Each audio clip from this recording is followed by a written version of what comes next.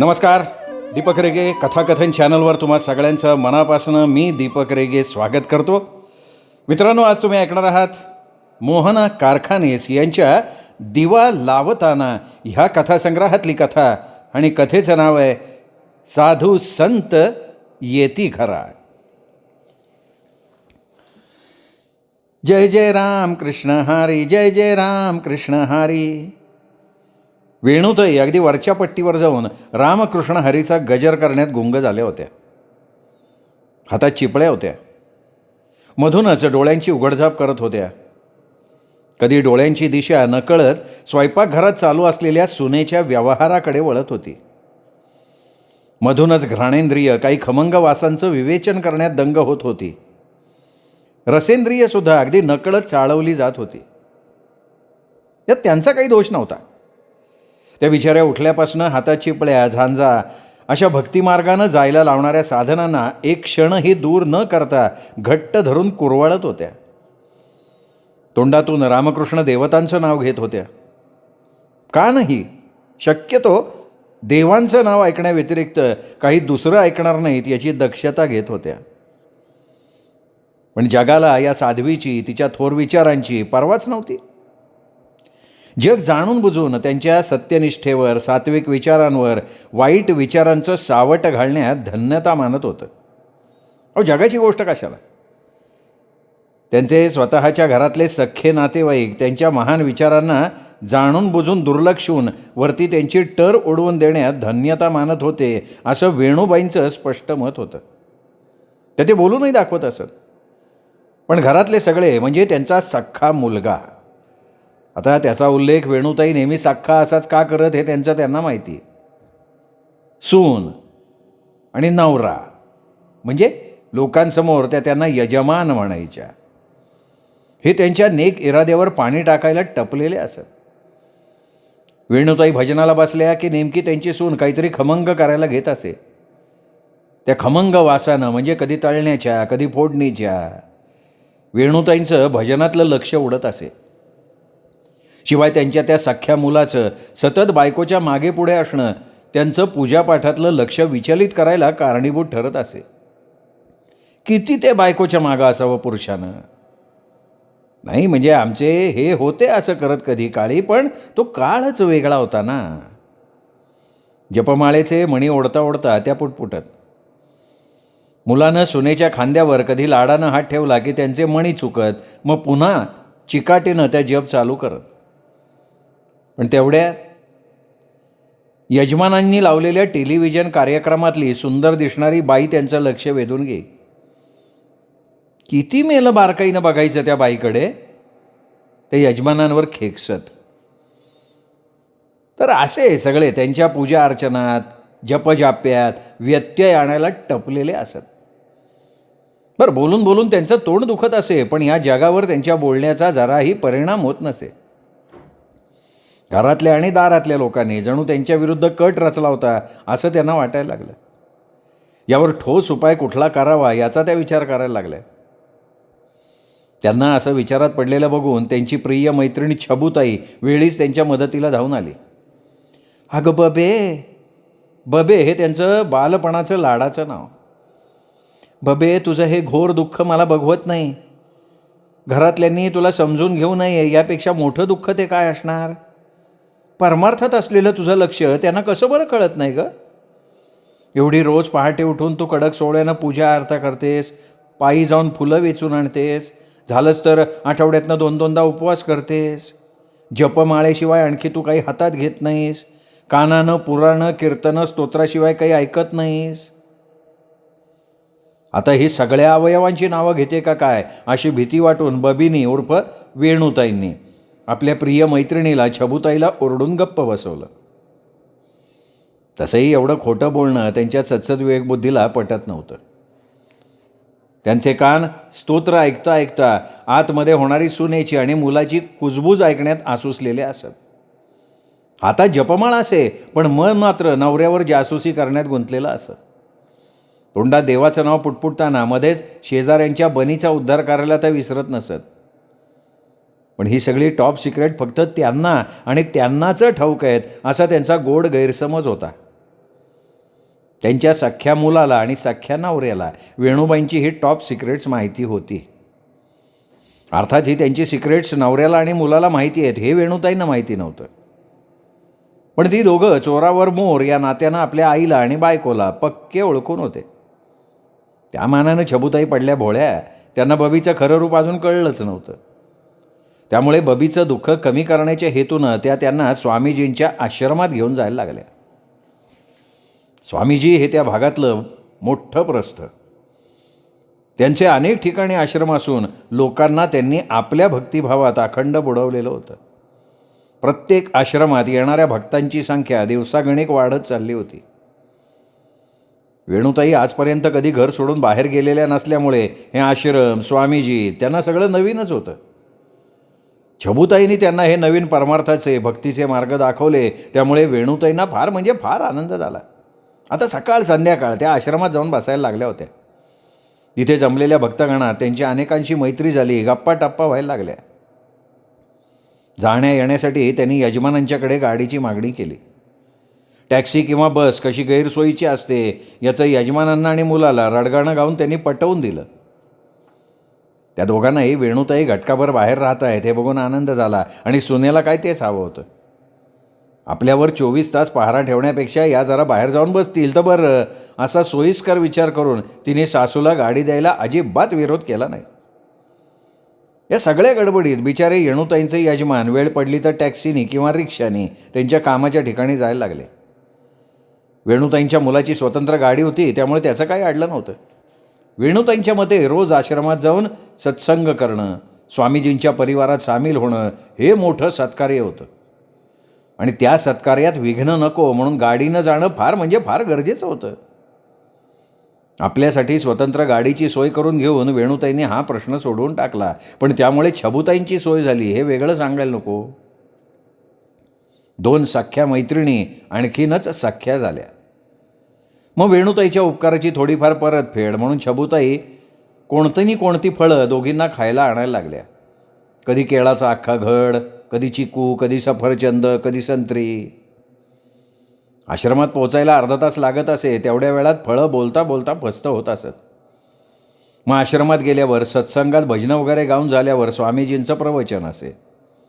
त्यावेळी छबुताई आणि वेणूताईंना नेमकी एक डुलकी काढायची सवय लागली. काय करणार, वय झालं की असं होणारच. वेणूताई दोन्ही हाताने पाय चेपत म्हणाल्या. प्रवचन संपल्यावर प्रसादाचं जेवण असे. वय झाल्यामुळे हल्ली फारशी भूक लागत नाही अशी तक्रार करत वेणूताई फारसा नाही पण खिचडी, कढी, पुरी, 2 भाज्या, कोशिंबिरी आणि प्रसादाला आवर्जून असणारे चुरमा, लाडू किंवा पेढे संपून टाकत असत. प्रसादाचं ताट नाकारू नये अशी त्यांची प्रांजळ भावना होती. छबुताईची पचनाची फारशी तक्रार नसल्यामुळे त्यांचं अर्ध ताट तरी व्यवस्थित त्या फस्त करत म्हणजे व्यवस्थित चावून खात जेवण होत असे. त्यातून कवळी असल्यामुळे थोडी काळजी घ्यावी लागत असे. प्रसादाचं जेवण संपवून थोडं टेकल्याशिवाय घाईत निघू नये असा भक्तांचा समज असल्यामुळे छबुताई आणि वेणूताई थोड्या वेळ तिथं टेकत असत. त्या टेकण्यात जरा जास्तच वेळ जात असे. कारण एकदा टेकलं की उठणं हल्ली वयामुळे कठीणच जात होतं ना दोघींना. मधूनच छबुताईंना स्वामीजींच्या प्रवचनातली वाक्य आठवत. मग त्या वेणूताईंना कोपऱ्यानं ढोसून आज स्वामीजी काय म्हणाले ग आपल्या मोहमायेसंबंधी असं विचारायला लागत. मग वेणूताई स्मरणशक्तीला ताण देऊन केस जरा सारखे करण्याच्या आविर्भावात काय ग बाई छबे तुझे पण काय ते प्रश्न. अगं मोहमायेविषयी आपल्यासारख्यांनी कशाला विचार करायचा. आपलं वय आहे का आता मोहमायेत गुंतायचं. ते सगळं तरण्यांनी बघायचं. हल्लीची पिढी बघितलंस ना कशी वागती आहे. अगं ती गोरटेली मुलगी बघितलीस ना माझ्या पुढे बसलेली. केवढा ग बाई तो लांडा शर्ट. शी सगळी कंबर दिसत होती. मी म्हणते स्वामीजींकडे येताना तरी अंग झाकून कपडे घालायचे का नाही बाई या पोरींनी. अगदी बरोबर बोललीस हो तू छबे. तुझं अगदी बारकाईनं लक्ष असतं ग बाई सगळीकडे. आणि तू आज प्रसादाचा शिरा खाऊन बघितलास का ग. म्हणजे काय, शिरा माझा किती आवडीचा, किती दिवसांनी खाल्ला. पण मेल्याने बदाम नको का टाकायला त्यात. शेवटी देवाला नाही वैद्य दाखवायचा आहे. मग चांगलं तूप, केशर, बदाम, वेलचीवाला शिरा करायचा का नाही बाई या लोकांनी. नाही तर काय ग, 2 दिवस बघूया कसं करतात ते, नाही तर आपण सांगू त्यांना.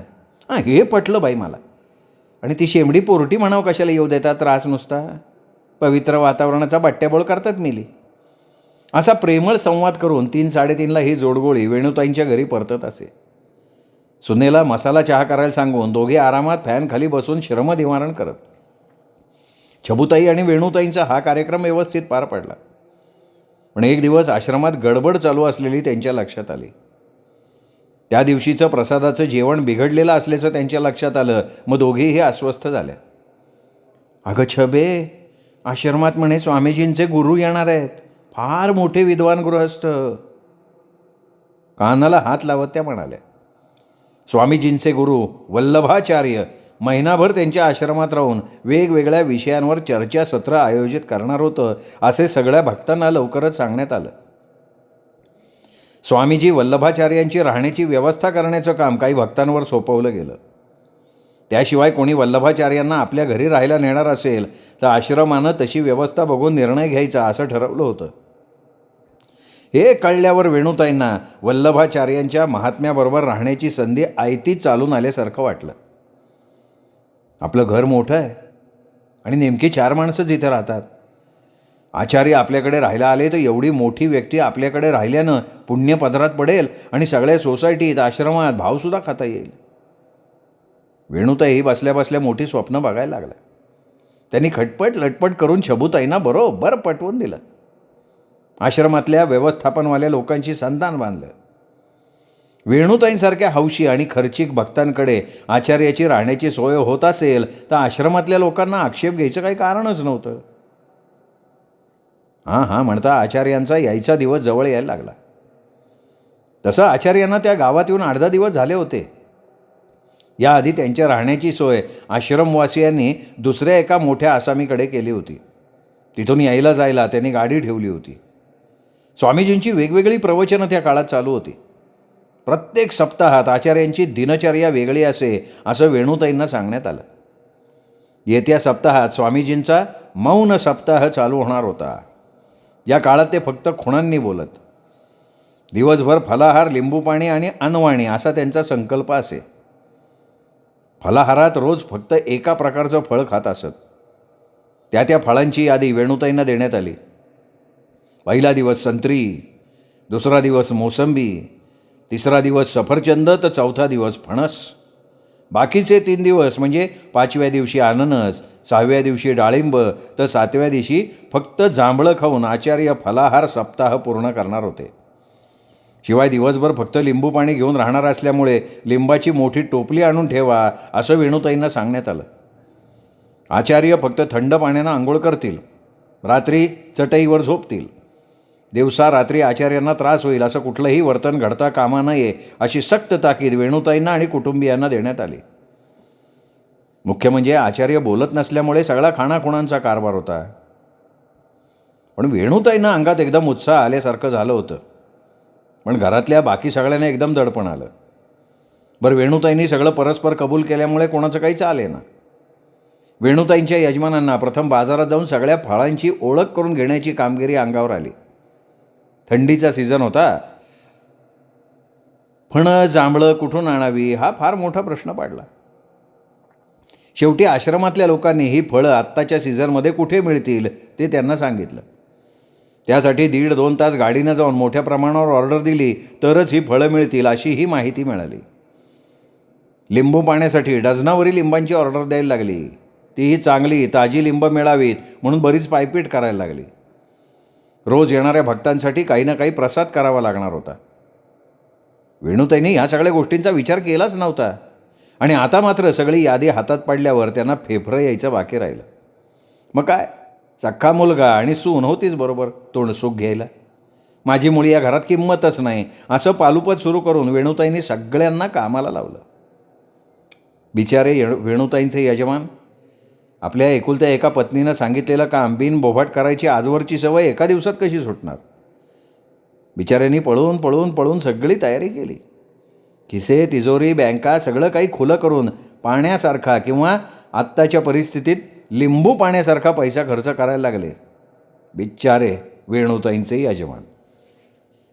आचार्यांना रात्री जमिनीवर झोपायची सवय असल्यामुळे पलंगाची हलवा हलव करून त्यांच्यासाठी एक खोली रिकामी केली. ती हलवा हलव करताना यजमानांची कंबर धरली तर मुलाचं मनगड दुखावलं गेलं. आल्या गेल्या पाहुण्यांचं चहापाणी बघता बघता सुनेचा घामटा निघाला. वेणुताई फोटो काढण्यात गुंतल्यामुळे त्यांना काही कल्पना नव्हती. घरात चाललेल्या महाभारतात नेहमीप्रमाणे सर्व काही यजमानांवर सोपवून त्या धृतराष्ट्राच्या डोळस भूमिकेत शिरल्या होत्या. पहिले 2 दिवस भक्तगण कमी प्रमाणात होते, पण नंतर भक्तांच्या रांगा सकाळपासून रात्री उशिरापर्यंत चालू राहिले. वेणुताईंचे टाळ कुटून आणि येणाऱ्या भक्तांना नमस्कार करून हात दुखायला लागले.